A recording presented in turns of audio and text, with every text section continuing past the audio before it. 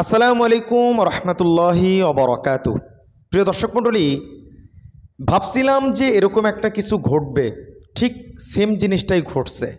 বলবেন ওহাব ভাই কি ঘটছে? গতকাল অনেক প্রতীক্ষার পরে জুলাই ঘোষণাপত্র ডক্টর ইউনূস জাতির সামনে উন্মোচিত করেছেন। সেটা নিয়ে অনেক ধরনের কথাবার্তা হচ্ছে। এখন আপনাদের কাছে প্রশ্ন, আপনারাও তো সে ব্যাপারে বিস্তারিত জানছেন যে জুলাই ঘোষণাপত্রে কি কি উঠে আসছে, কি কি বাদ গেছে। আপনার কি মনে হয় যে এই জুলাই ঘোষণাপত্রটা পরিপূর্ণ হয়েছে নাকি কিছু সংস্কার করা দরকার আছে? একজন দেশের নাগরিক হিসেবে এই কমেন্টটা একটু করিয়েন, বুঝছেন। আজকে আমরা প্রায় 14-15টার মতো নিউজ কাভার করব, যেখানে অনেকগুলো বিষয় উঠে আসবে। এক নম্বর একটু শিরোনামগুলো বলে দিচ্ছি। এনসিপির নেতাকর্মীরা পিটার হাসের সাথে আলোচনা করছে হোটেলে। এই ব্যাপারটা নিয়ে অনেক তোড়জোড় চলছে গতকাল এই ব্যাপারটা, এবং জুলাই আহতদের পিছনে সরকার আসলে কত টাকা খরচ করছে ডক্টর ইউনূস, এটা নিয়ে অনেকেই হাসাহাসি করতেছে, বলতেছে শেখ হাসিনার লেটেস্ট ভার্সন ডক্টর ইউনূস। এবং জুলাই ঘোষণাপত্র নিয়ে অনেকেই অনেক ধরনের কথা বলতেছে। কি কি বিষয়গুলো বাদ গেছে, যে বিষয়গুলো নিয়ে সমালোচনা হচ্ছে, সেটাও আজকের ভিডিওতে জানাবো। এবং সেই সাথে ডক্টর ইউনূস যে একটা জ্বালাময়ী সিদ্ধান্ত নিয়েছেন, একটা গুরুত্বপূর্ণ সিদ্ধান্ত নিয়েছেন, একদম কাঁপিয়ে দিছে, ইতিহাস তৈরি করছে। সেলুট স্যার, আপনার কিছু কাজ ভুল হচ্ছে, এটা অবশ্যই সেরে নেবেন, কিন্তু যেগুলো ভালো করতেছেন এগুলোও বলতে হবে। এবং সেই সাথে নির্বাচন নিয়ে খুবই গুরুত্বপূর্ণ একটা আপডেট আপনাদেরকে দিব, খুশি হয়ে যাবেন। এবং অর্থ কেলেঙ্কারি নিয়ে একটা প্রতিবেদন আপনাদের মাঝে উপস্থাপন করবে। এবং ডক্টর ইউনূস সহ আরও বিভিন্ন রাজনৈতিক বিশ্লেষকগণ অনেকগুলো কথা বলছেন, আমরা একাধারে আপনাদেরকে নিউজগুলো পড়ে শোনাবো। অনুরোধ করতেছি পরিপূর্ণ ভিডিওটি দেখেই আপনার মূল্যবান মতামতটি কমেন্ট বক্সে জানাবেন। তার আগে ভাই এবং বোনেরা, চ্যানেলে যারা নতুন আসছেন দয়া করে চ্যানেলটি একটু সাবস্ক্রাইব করে দিবেন। আমার একটু কষ্ট লাগতেছে, আপনারা ভিডিওগুলো শেয়ার করতেছেন না, কমেন্ট করতেছেন না, লাইক করতেছেন না। ইউটিউব আমার নামটা পর্যন্ত ভুলে গেছে, আমার ভিডিও অন্য কারো কাছে পাঠাচ্ছে না। আপনাদের কাছে অনুরোধ, সত্য নিউজগুলো করতেছি, অনেক কষ্ট করি, এতটুকু সাপোর্ট ইনশাল্লাহ করবেন, বুঝছেন। চলেন প্রতিবেদন শুরু করছি। প্রথমেই, এমন রাজনীতি আমরা বাংলাদেশে চাই।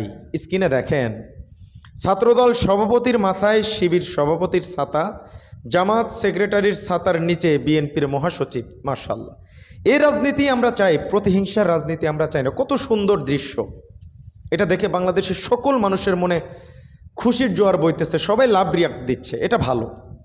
এবার আসেন, হাসনাত আবদুল্লাহ এবং সার্জিস এবং আমাদের যারা আপু সহ আরেকজন ছিল আনোয়ার পাটোয়ারি, তারা একটা বৈঠক করছে পিটার হাস আছে না, তার সাথে আর কি। তো তারা লিখতেছেন, টানা প্রোগ্রামে ক্লান্ত আমরা 3 বন্ধু একটু কোয়ালিটি টাইম কাটাতে যারাকে নিয়ে কক্সবাজারে একটা হোটেলে উঠেছি। যারা হোটেলে আছে এই খবর পেয়ে পিটার হাস স্বয়ং সেখানে হাজির। গোপন বৈঠক উদ্দেশ্য ছিল না, এটাকে গোপন বৈঠক বানায় ফেলাইছেন। এই ব্যাপারগুলো হাসনাত ভাই ক্লিয়ার করছেন। এইবার ডক্টর ইউনূসের ব্যাপারটা আসি, যে বিষয়গুলো নিয়ে হাসাহাসি হচ্ছে এবং ডক্টর ইউনূস কী সিদ্ধান্ত নিলেন। ৭৮ জন জুলাই যোদ্ধার উন্নত চিকিৎসায় ব্যয় ১০০ কোটি টাকা, এটা প্রধান উপদেষ্টা বলছে আর কি। এখন আপনার কি মনে হয় ১০০ কোটি টাকা খরচ হয়েছে? সবাই বলতেছে যে হাসিনার লেটেস্ট ভার্সন। ডক্টর ইউনূস তাদেরকে ১ কোটি টাকা করে দিয়ে দিলে তারা এমনি সুস্থ হয়ে যেত, তাদের পরিবার দাঁড়ায় যেত।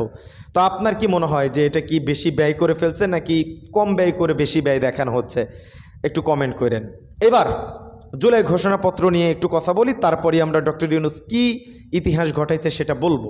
আমাদের ফারুক হাসান ভাই লেখছেন, গণ অধিকার পরিষদের সিনিয়র একজন রাজনীতিবিদ, তিনি লেখছেন, জুলাই ঘোষণাপত্র আমাদেরকে আশাহত করেছে।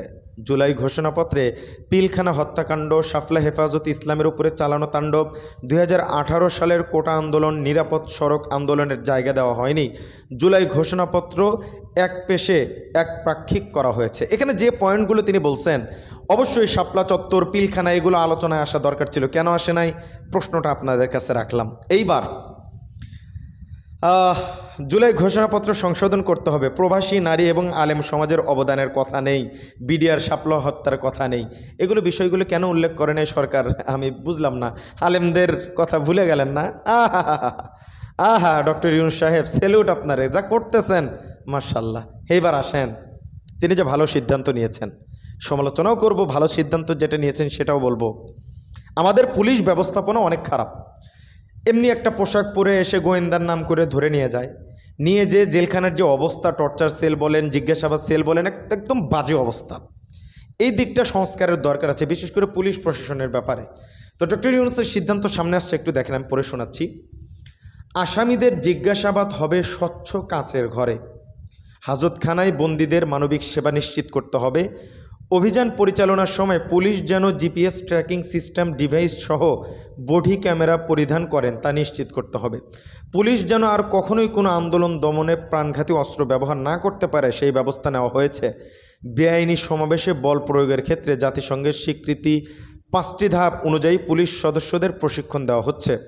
সব মিলিয়ে স্বরাষ্ট্র মন্ত্রণালয়ের পুলিশ সংস্কার কমিশনের প্রস্তাবনা অনুযায়ী 16টি সংস্কার কাজ সম্পূর্ণ হয়েছে, আরও 43টি সংস্কার সমাপ্ত হওয়ার পথে। মোটামুটি 16টা করছে, আরও 43টি আছে সংস্কার। এটা হলো অবশ্যই ভালো, এটা ডক্টর ইউনূস করতেছে সাধুবাদ। কিন্তু জুলাই ঘোষণাপত্রে আমাদের আলেমদের বাদ দিলেন, শাপলা চত্বর বাদ দিলেন, এই অনেক কিছু বাদ দিলেন। কেন দিলেন? বিডিআর হত্যাকাণ্ড বাদ দিলেন, কেন দিলেন? এই প্রশ্ন জাতি করতেছে। এটা জুলাই ঘোষণাপত্র আসলে হয় নাই। 28টা পয়েন্টের ভিতরে ওলামা একরামদের পয়েন্ট নেই। এইবার আসেন আর একটা গুরুত্বপূর্ণ আলোচনা আপনাদের মাঝে করি। জামাত আর এনসিপিকে নাকি যুক্তরাষ্ট্র ক্ষমতায় নিতে চায়, এটা বলছে আমাদের হার্পিক মজুমদার বা নিঝুম মজুমদার, আপনার যে নামেই চিনেন। তিনি একজন আওয়ামী লীগের অনেক ভক্ত একজন। তো তিনি লিখছেন যে আমেরিকার দিন এখন পর্যন্ত সিদ্ধান্ত হচ্ছে এনসিপি জামাতকে মিলিয়ে একটা সরকার গঠন করা। তারেক রহমান ছাড়া এরা এই দলকে আর কি ক্ষমতায় আনতে চায়, তারেক রহমানকে যুক্তরাষ্ট্র চাচ্ছে না। এটা তিনি, এই যে আমি দেখাচ্ছি, তিনি বলছেন। এবার আসেন, আল্লামা সাঈদী নিজামীর ছবি প্রদর্শনীতে বাধা, তারা নিশ্চয়ই হাসিনাকে ফেরানোর ষড়যন্ত্রে তৎপর। এটা বলছেন হচ্ছে ঢাবি শিবির সভাপতি। তিনি বলছেন যারা আল্লামা সাঈদী নিজামীর ছবি প্রদর্শনীতে বাধা দেয় তাদেরকে রাজাকার বলে এবং তারা হাসিনার বিচারক হত্যাকাণ্ড সহযোগী বলে মন্তব্য করেছেন ঢাবির শিবির সভাপতি SM ফারহাদ। তিনি এই কথাগুলো বলছেন, এটা নিয়ে অনেক উত্তাল হয়েছে। এবার নির্বাচন নিয়ে যে বার্তা, দেখেন এই পর্যন্ত না দেখলে বলবেন যে ভাই বার্তা কোথায়। এই যে বেশ কয়েকদিন ধরে আলোচনা চলছে নির্বাচন নিয়ে। নির্বাচন কমিশন আগে থেকেই প্রস্তুতি নিয়ে রেখেছিল।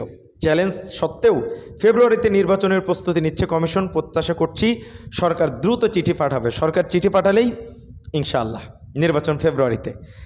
আর একটা কথা, আমাদের মতিউর রহমান চৌধুরী সম্পাদক মানব জমিন একটা কথা বলছে, ভাই সেলুট আপনারে, গুরুত্বপূর্ণ কথা বলছেন।